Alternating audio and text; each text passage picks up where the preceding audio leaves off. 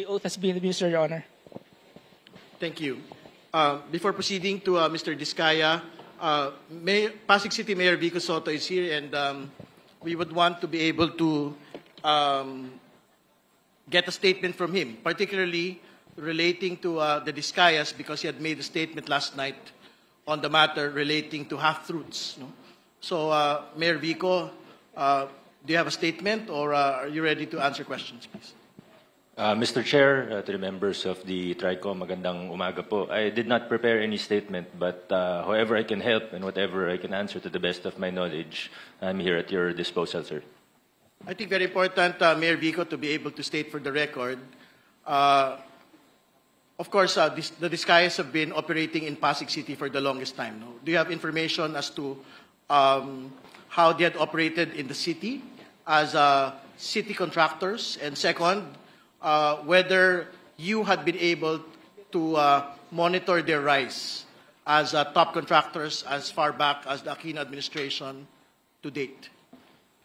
Mr. Chair, pumasok po ako sa politika 2016 na po. I ran for councilor in 2016 and for mayor in 2019. Pagpasok ko sa politika, medyo kilala na po sila, mga Diskaya, lalo na yung construction firm nila na St. Gerard Construction. Na ito na nga po yung ginamit rin nila na para bang political party na rin, lalo na noong 2025 na halalan, itong nakaraang halalan.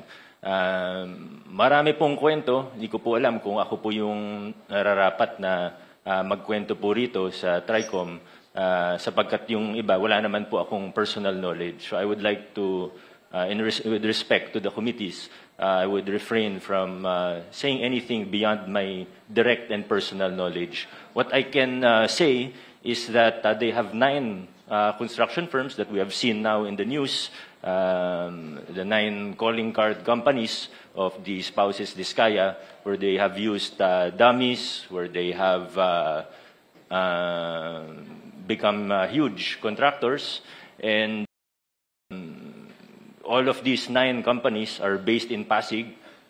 Mr. Diskaya has been recently convicted of 2 counts of. Again, with regard to the question of the chair, kahit nung mayor na ako, naungontrata pa rin sila sa LGU. Kasi pinapatupad po namin sa Pasig ay strict adherence to the law, which is open and public bidding. So pag nagko-qualify po sila mula 2019, hindi po namin hinaharangan, may mga project po sila sa City Government of Pasig. Hindi naman siguro kalakihan na project, pero meron po silang projects with the city, and we have observed with the DPWH, palaki ng palaki yung mga project nila. Yung napag-uusapan po ngayon na 31 billion pesos of flood control projects, katunayan, flood control projects pa lang po ito. Hindi bababa sa 100 billion pesos ang total contracts po nila sa ating pamahalaan, Mr. Chair. Siguro as a final question before proceeding, Mayor Vico Soto, you mentioned in your Facebook statement that you had seen many inconsistencies, no, in the testimony of the Diskayas. No? So maybe you can intimate to the committee what these particular inconsistencies are. Thank you, Mr. Chair. Marami nga po tayo na obserbahan na you use the term inconsistencies, but I would like to be more direct. Kasinungalingan po talaga. At kasinungalingan naman po yung mga sinasabi nito. Hindi naman po bago sa kanila ang pagsisinungaling. Naobserbahan na po natin ito on the record and in public very many times. Sabi nga, dito sa kaso na ito, ang sinungaling ay asawa ng magnanakaw. Kaya ito po talaga yung nakikita natin. Ano? Isang very glaring na kasinungalingan ay yung kahapon po sa statement, sa sworn statement nila, ay na 2 to 3% lang daw ang kinikita nila sa bawat kontrata. Kahit naman po hindi ka eksperto sa larangan ng construction o engineering, obvious naman po na kasinungalingan ito. Meron pa po, sabi po nila, when Senator Tulfo was questioning them, sabi niya po, minsan daw po, lugi pa daw siya. Ang bait naman po ng mga ito. Kung tumatanggap sila ng kontrata sa gobyerno, nagbibid sila para malugi. No sane business person would do that. Of course, I think everyone in this room would agree. Hinasabi nila 2 to 3% yung normal, 5% daw pag sinuwerte.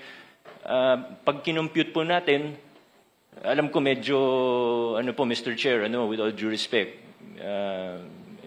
if we just apply simple logic, it is already clear that they are lying. Although alam ko medyo iba kasi yung logic na ginagamit nila sa universe po nila. Pero pag tiningnan po natin logically, 2 to 3% of even 100 billion, edi 2 to 3 billion pesos lang po ito. Sila naman po yung nagmalaki at nag-flaunt, pinagyabang po nila yung lifestyle nila. Na sobrang sabi nga po nila sa isang interview, 11 digits. Sabi po nila, pinagyayabang nila, 11 digits. Sabi ni Ma'am Cesara, 11 digits ang assets nila. So hindi bababa sa 10 billion. Nakita po natin, isang jade lang nila sa sa office nila, 100 million na kagad yun. Yung mga sasakyan, if they paid the correct taxes, it would easily reach almost 1 billion, if not more than 1 billion. How will you afford that if you're only earning 2 to 3%? Sabi naman nila, wala silang private contracts. Ayaw na daw nila sa private kasi maliit ang kita. Nasa interview din po nila. So, buti na lang po ang isda ay nahuhuli sa sarili nilang bibig. Buti na lang po. Ganun po sila magsalita in public at nalalaman natin ang mga katotohanan. And I don't mean to overstep, Mr. Chair. Please stop me at any time. But I would just like to, siguro hindi naman warning, pero siguro ang aking pag-igayat sa bawat isa, pati na rin sa mga mamamayang, sa ordinaryong mamamayan, na mag-ingat po tayo sa mga naririnig po natin. Alam naman po ng lahat ng tao sa kwarto na ito na may guilty na senador, may guilty na congressman, may guilty na DPWH officials, may guilty na contractor at maaaring sa iba pang ahensya ng pamahalaan. Pero sa puntong ito, nakikita po natin, hindi lang sila basta naglalaglagan, gusto nilang magulo ang kwento. Gusto nila lituhin tayo. Gusto nila na hindi na natin malalaman kung ano totoo para eventually mawawala na lang na parang bula. Magkakalituhan na tayo, hindi na natin malalaman kung anong totoo sa hindi. Magbabanggit na lang ng kung ano, na wala naman silang pruweba o ebidensya. Sa mga pangalan na nabanggit niya po kahapon, naniniwala ako may iba doon, totoo. Pero hindi tayo they have to present evidence, of course. And I think we really have to be careful because in our experience with them, in my experience with them, Mr. Chair,